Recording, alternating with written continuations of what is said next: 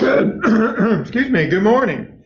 Biology 1302, Chapter 10. Hang on just a second. I didn't start my slideshow.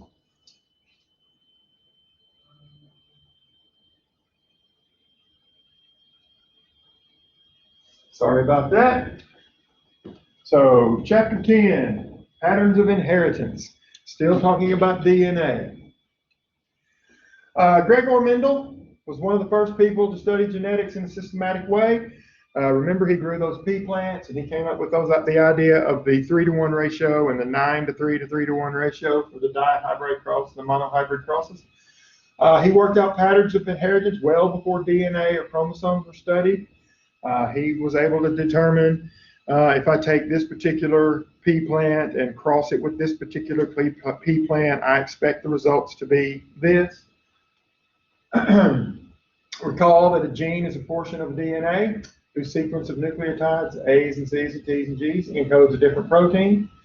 Remember, ultimately, what genes do is make proteins. The proteins expressed in cells determine many of an organism's characteristics, such as eye, hair, and skin color.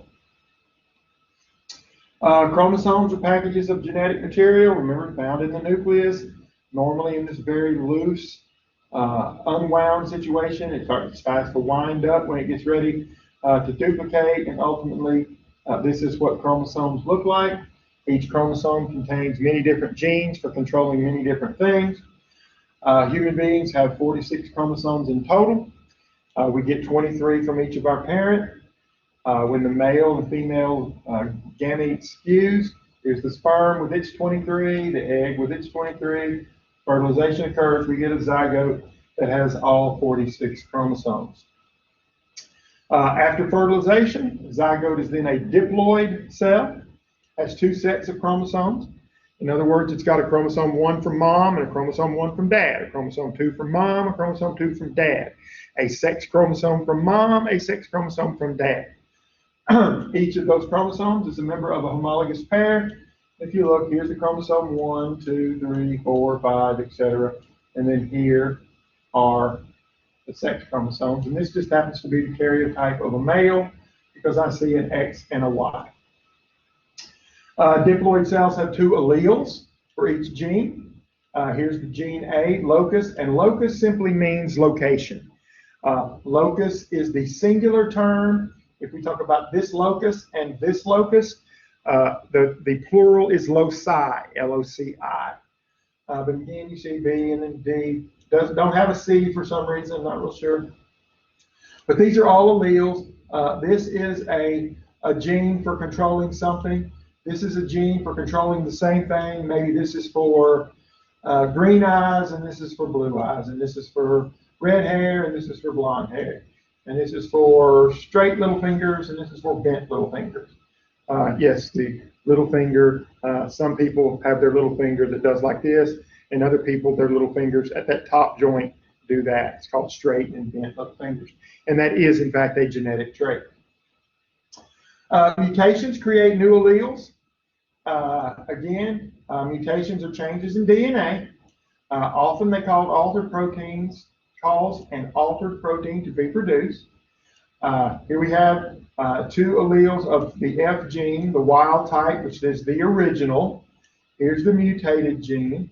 And you have this sequence right here that has been deleted when protein synthesis is made. So what should be a 5 amino acid protein is only a 4 amino acid protein. This protein works, and you'll notice the shape here looks kind of like a W, and this shape right here doesn't look like this. So this is a functional protein, and this would be a non-functional protein. But by the same token, you could have that mutation. I mean, let's see what the next slide is. Okay. So what you could have is, so maybe this is the allele for brown eyes, and with this allele, you're still going to make colored proteins, but they're not going to be quite as dark. So this gene is going to produce a brown eye, but this gene is going to produce a slightly different colored eye because of this change in protein. That's the way new things like new eye colors and things like that show up. Gregor Mendel uncovered the basic laws. He used pea plants. It's easy to control which plants mate with which, and he was able to set up systematic breeding experiments. Basically, he planted these plants in such a way that they could not pollinate each other. This plant was not close enough to this plant for natural pollination to occur. He had to do it. He did it with a little paintbrush. Again, you take peas from tall plants and transfer the pollen onto the short plant. The pods containing the seeds resulting from the cross. You see, he planted the pods, planted the seeds, and now he's got one tall, one tall, one tall, short, and short. Each seed develops into a tall or short plant. The offspring gave him clues. Plants grown from yellow peas sometimes produce offspring with both yellow and green peas. Here's that situation. So you got true breeding plants.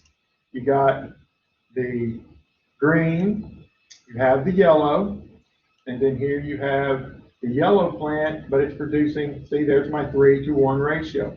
Outwardly resemble true breeding. These look the same, but when you look at the seeds they're producing, you see that they are not the same. Dominant alleles exert their effects whenever they are present. Crossing a yellow seed plant with a green seed plant always yields some yellow seeds. You've got all four there, you got half there. Yellow seed color is therefore dominant over green seed color in this example. A recessive allele, like the green seed color, is the one whose effect is masked if the dominant allele is present. So here you've got the true breeding green and the true breeding yellow. You cross them and you get all yellow seeds. But these plants, you've got the true breeding green, but this one is not true breeding. This one actually is heterozygous, and you wind up with half and half. Recessive alleles often encode non-functional proteins. The answer has to do with each plant having two alleles for each gene. Again, some yellow, some green, because this plant right here contains dominant and recessive alleles, while this one, in this example, only contains recessive alleles. Homozygous dominant would be yellow, the phenotype. Heterozygous, again, yellow. Homozygous recessive is the green color, and you see you have to have two of the recessive alleles for that color to appear. Phenotype is the physical appearance. Again, always remember pheno and physical go together. This is an observable characteristic. In this case, we're talking about seed color.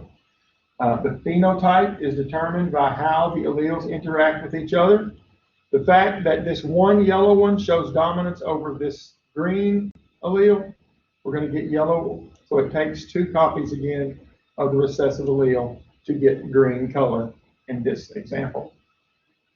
Now, individuals with the same phenotype can have different genotypes. Again, phenotype of yellow and yellow, but you see the different genotypes, two big Y's and one big Y, one little Y. But again, down here, if you cross this plant with this plant, you get half and half. Whereas if you cross this plant with that plant, all of the offspring are going to be yellow because they're all going to show the dominant allele. How do genotypes lead us to phenotypes? The seed color gene encodes a pigment metabolizing enzyme. Allele uppercase Y encodes an active enzyme, which produces the yellow pigment. Due to a mutation, allele Y encodes an inactive enzyme and does not produce the yellow pigment.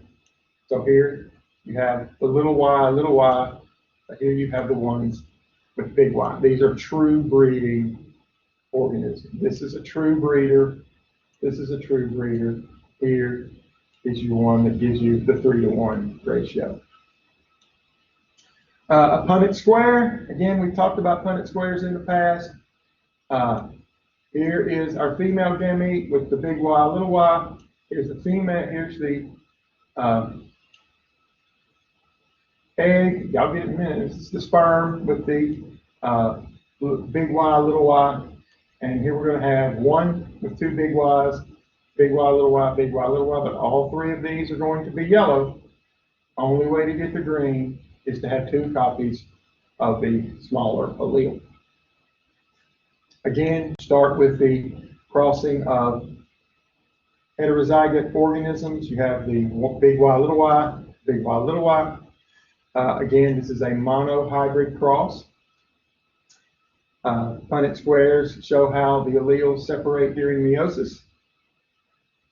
There's your separation of this one coming to this egg, this one coming to this egg, this one in this sperm, this one in this sperm, and the resulting possible offsprings.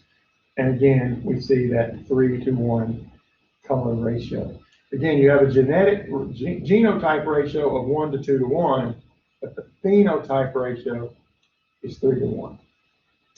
In this monohybrid cross, both gametes happen to carry an allele for Y. So if you cross that one, you're going to get all yellow seeds. If you cross these two, you're going to wind up getting the 50-50 cross. And if you cross this one with itself, all of the organisms, all of the results will be green seeds. So the Punnett square is a predictor that shows us the relative proportion of the offspring phenotypes and genotypes. Again, you cross this one with itself and you get nothing but green. The Punnett square helped us answer Mendel's questions. Yellow is dominant, so why are some seeds green when a yellow seeded plant is crossed with a green seeded plant? Again, here's the yellow, but it does have that little y, which compared with one of these little y's to produce the green seeds. Test cross. Homozygous dominant versus homozygous recessive. Here's the homozygote dominant. Here's the homozygote recessive. All of the organisms are going to be yellow. Yellow seeded partner must be homozygous dominant YY. Here we're going to cross, again, the homozygote dominant with the homozygote recessive between a yellow seed pea plant and a green seed pea plant yields some green seeds. Then the yellow seed must be heterozygote or big Y, little y. Mendel deduced the law of segregation. Mendel's experiment showed that the two alleles of each gene segregate or separate. They move apart during gamete formation. Again, here's this meiosis to produce these four. So you got big Y, little y, little y. You've got one with the big Y, one with the little y, one with the, or two, excuse me, with the big Y, two with the lowercase y. Meiosis is the law, explains the law of segregation. In meiosis, the two alleles for the seed color gene are packaged into separate gametes. Gamete is used to fertilize at random, so you've got offspring of F1. Mendel's work can be applied to many traits, not just pea plants. Punnett squares can be used to trace inheritance of genetic disorders such as cystic fibrosis. The mother is a healthy female carrier. She has the gametes capital F, little f, or lowercase f. Father, same thing, healthy carrier, capital F, little f. The possibilities when they have a child, they could have a 2 big F, which is a healthy non-carrier. It's a 50% probability that they're going to produce a carrier, but it's a healthy carrier, someone who does not suffer from the disease. And there's a 25% probability that they will produce a child that has cystic fibrosis. Genes on different chromosomes are inherited independently. Again, this gene and this gene, just as likely as this gene and this gene. Male chromosomes and gametes, female chromosomes and gametes. If all the chromosome has is a little R and a little Y, all of the sperm are going to look the same. However, if one chromosome has a big R and a big Y, and the other one has the lowercase, you can have varying eggs. Top chromosome does not inherit the yellow gene, bottom chromosome. When gametes are produced, inheritance of the round gene, the top chromosome, big R, does not affect the inheritance of the yellow gene, which is the bottom chromosome.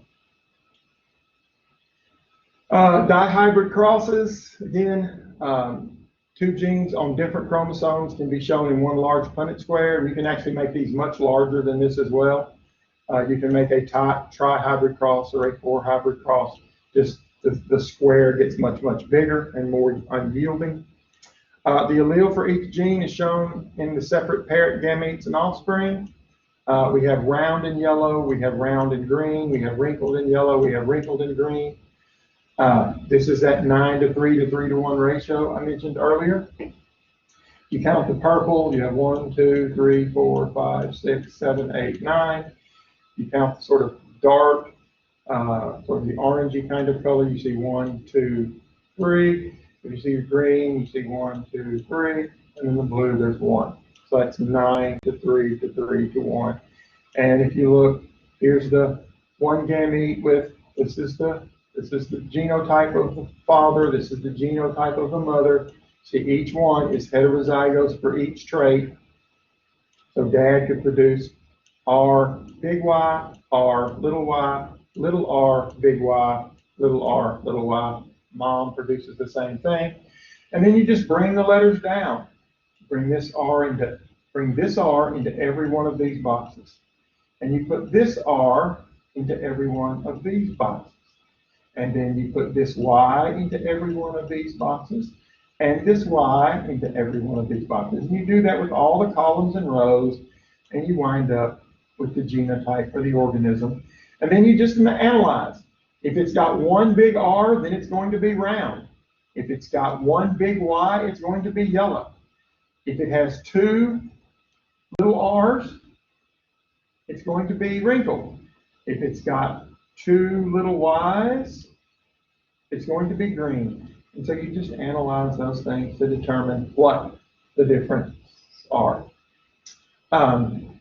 Meiosis explains the law of independent assortment. Here's all the chromosomes. Here's alternative 1. You see the way you got the blue ones up top and the red ones down below. But in alternative number 2, you've got one blue and one red, and one red and one blue.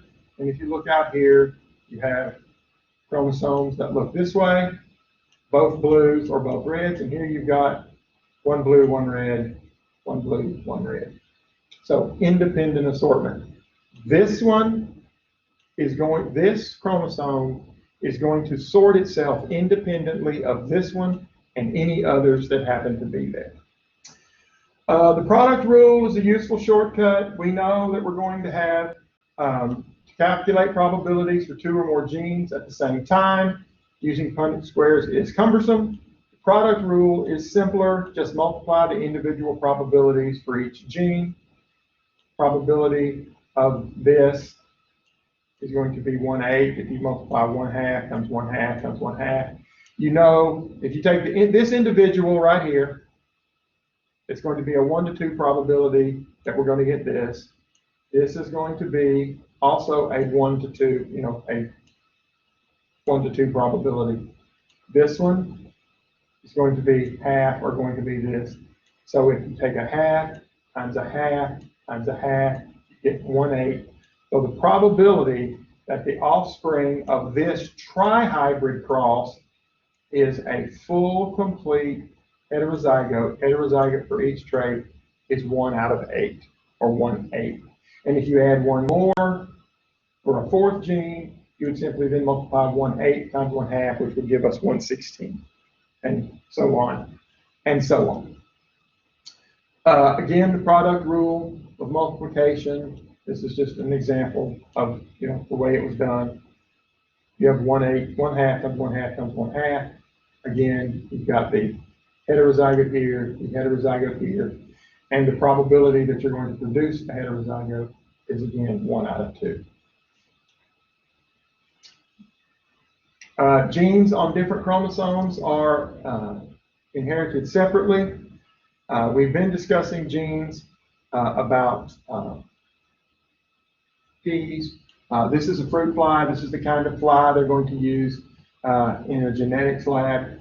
The reason they do this again is because they're very easily manipulated. They don't have the full chromosome, so it's easy to do. Because they assort themselves independently, we can predict genotypic and phenotypic ratios. Again, here's my big A, big B, little b, little a, little a, little b, and you're going to wind up with 4 different genotypes. Got 4 that are the true heterozygotes, and then you've got a heterozygote for that one, but a homozygote recessive for that one.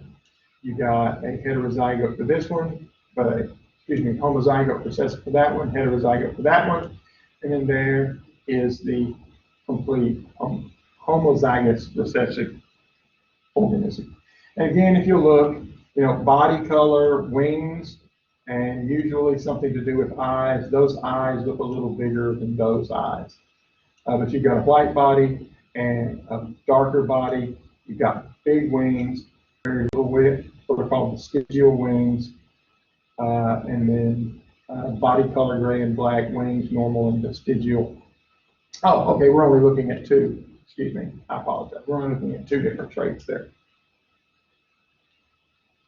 Punnett squares and the product rule can be used if genes are linked because inheriting one allele influences the likelihood of inheriting another. Again, this Punnett square shows, here's the gray body with the normal wing, the white body with normal wing, white body with vestigial wings, gray body with normal wings, gray body with vestigial wings. And it's really cumbersome when you get to do this in the lab because you have to sort of knock your flies out, but you don't want to kill them. So there's a vapor that you can spray on them that will knock them out. You dump them out of their little tube, and then you count them, but you have to count them very quickly because it only knocks them out for a little while. And the next thing you know, you've got fruit flies flying all over the lab, and they eventually get through the whole building and make a great big mess. Genes can become unlinked during crossing over. Again, here we see the ends of these chromosomes combining and the A gene here and here changing place, which winds up with recombinant DNA in the gametes. Genes V and W are far apart. Crossing over is more likely to separate these alleles, where genes W and Y are close together, so they usually are going to stay together. So you will usually see this segment shifting together as a unit. These 2 normally would not change place. So you've got this can move over to here, this can move over to here, and these will normally stay in place. Again, these numbers represent crossover frequencies. I'm not going to worry about a whole lot of that. Just remember that the farther apart genes are, the more likely they are to separate during a crossover event. Not all genes follow Mendelian patterns. So far, we've discussed genes with 2 alleles in which the dominant allele, but alleles do not always interact that way, which leads to alternative patterns of inheritance. We've got pod color, we've got pod form, inflated and constricted. This is sometimes called smooth and wrinkled. You've got purple flowers and white flowers, you've got green, and you've got yellow. Yes. Incomplete dominance creates a new phenotype.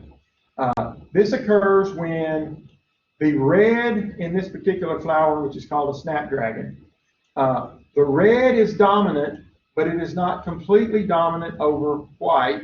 So when the red pollen goes over to the white plant, you get a pink plant.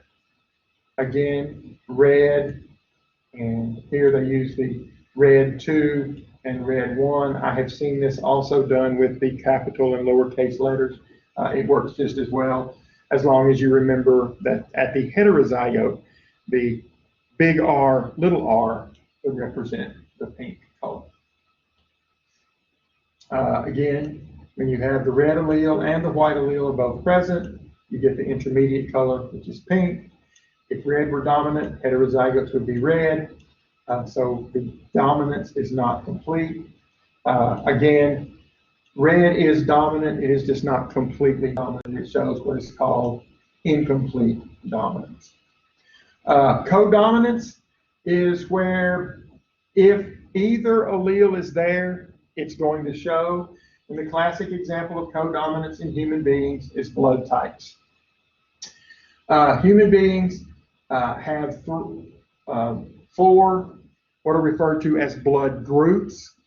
When you talk about your blood, the A, the O, the AB, the B, that's the blood group.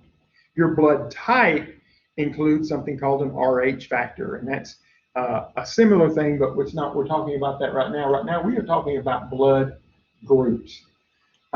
So if you only have the A, in other words, if you are, and the I here stands for immunoglobulin.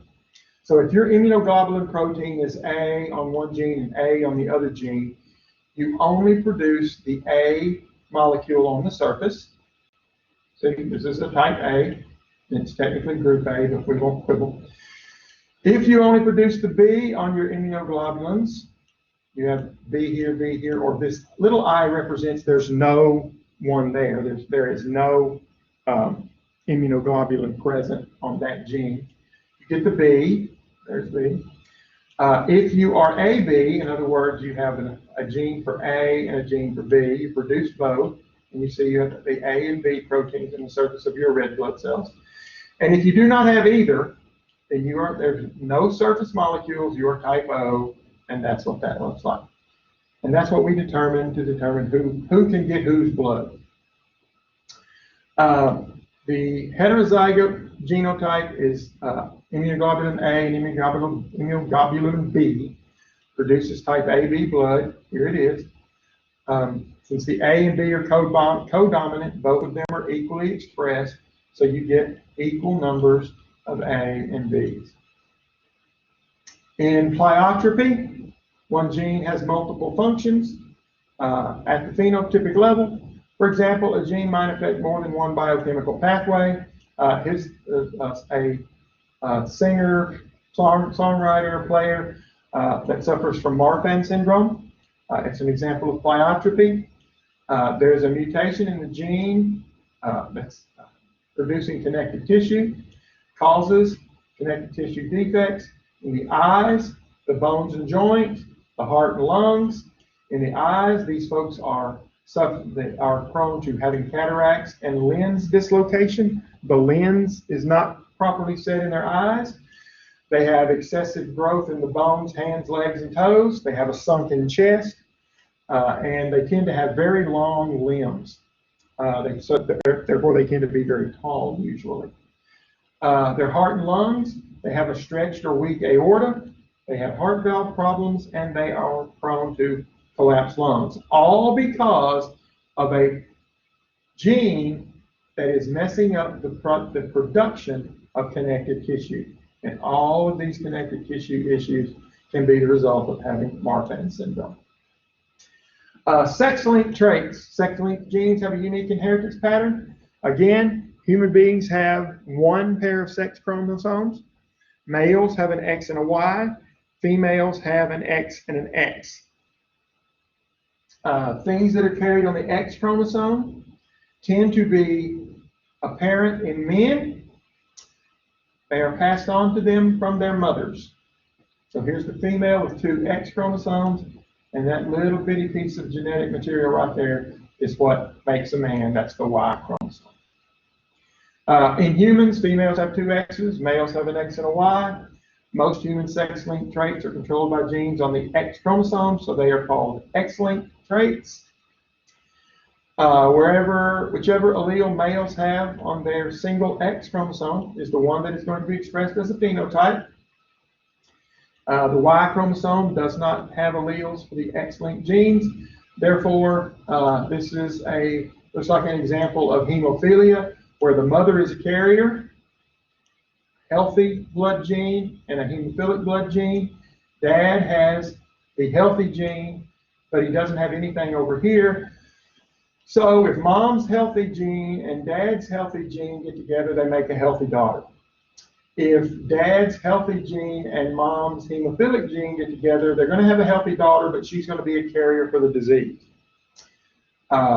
If dad's Y meets mom's X with the good gene, then they're going to have a healthy son.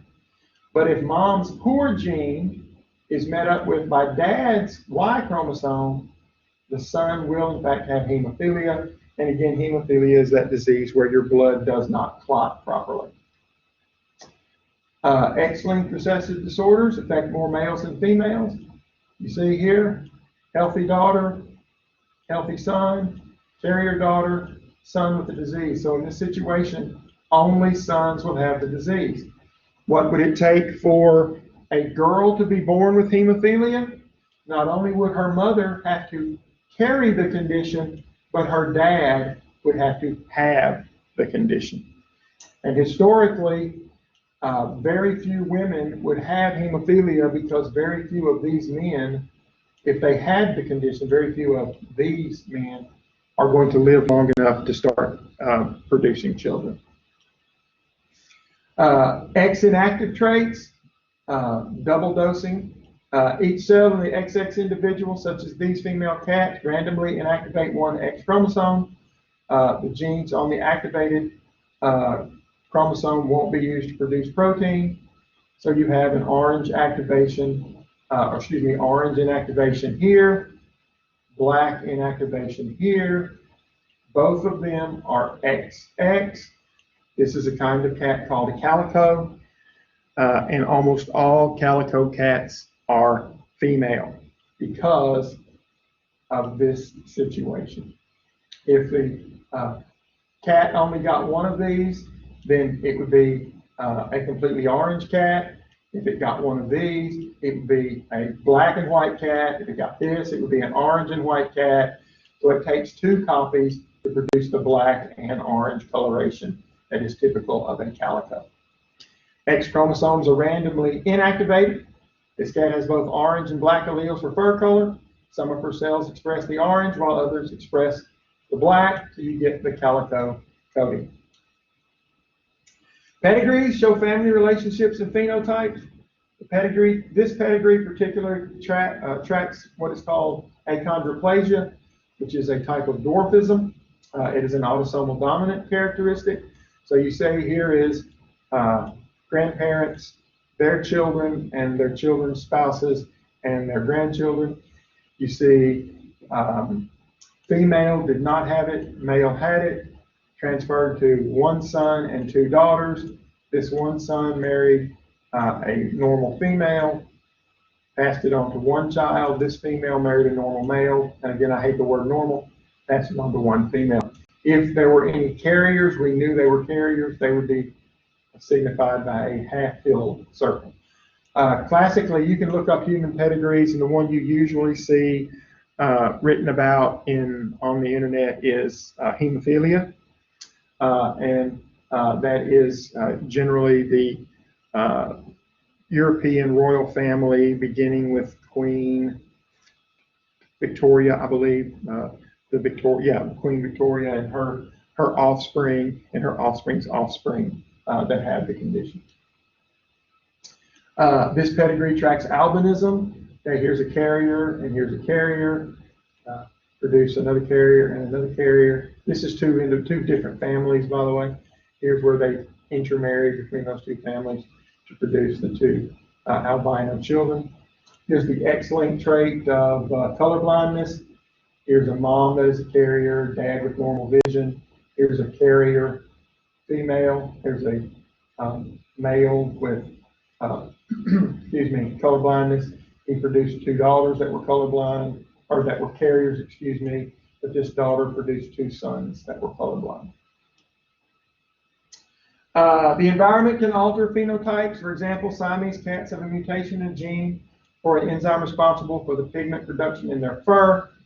The mutated enzyme is active only in cool body parts. In warm body parts, the mutated enzyme is inactive and no color is produced.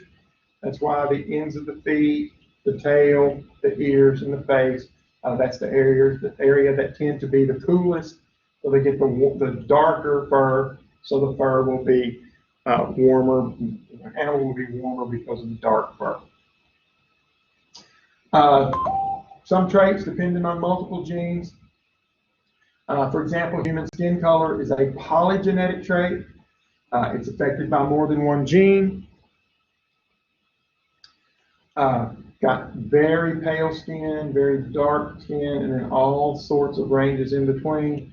And you see there's 3 genes that control skin tone. So if you get 3 of the very light ones, you're down here. If you get 3 of the very dark ones, you're up here. And then again, these fall in that structure called a bell curve. Bt toxin kills off the bollworms. Bollworm larvae destroys cotton crops, but Bt toxin can kill them. In the 1990s, biologists used genetic engineering to insert the gene for Bt into the cotton plant genome. Again, this is one of those genetically modified organisms. The worms affected died or have low weight. Some worms are resistant, so you've got the number of larvae over here. A ready pool of susceptible big R, little r mates help keep the recessive allele rare in the worm population. See here, here's the rare, here's the normal. However, scientists are developing plants with a new Bt toxin so that only doubly resistant worms would survive. Again, we're manipulating these to produce normal weight worms. If you have any questions about biotechnology, please send me an email to trussell@uaptc.edu or in the contact tab, course messenger link in Blackboard. And I will see you next time when we will discuss chapter 11.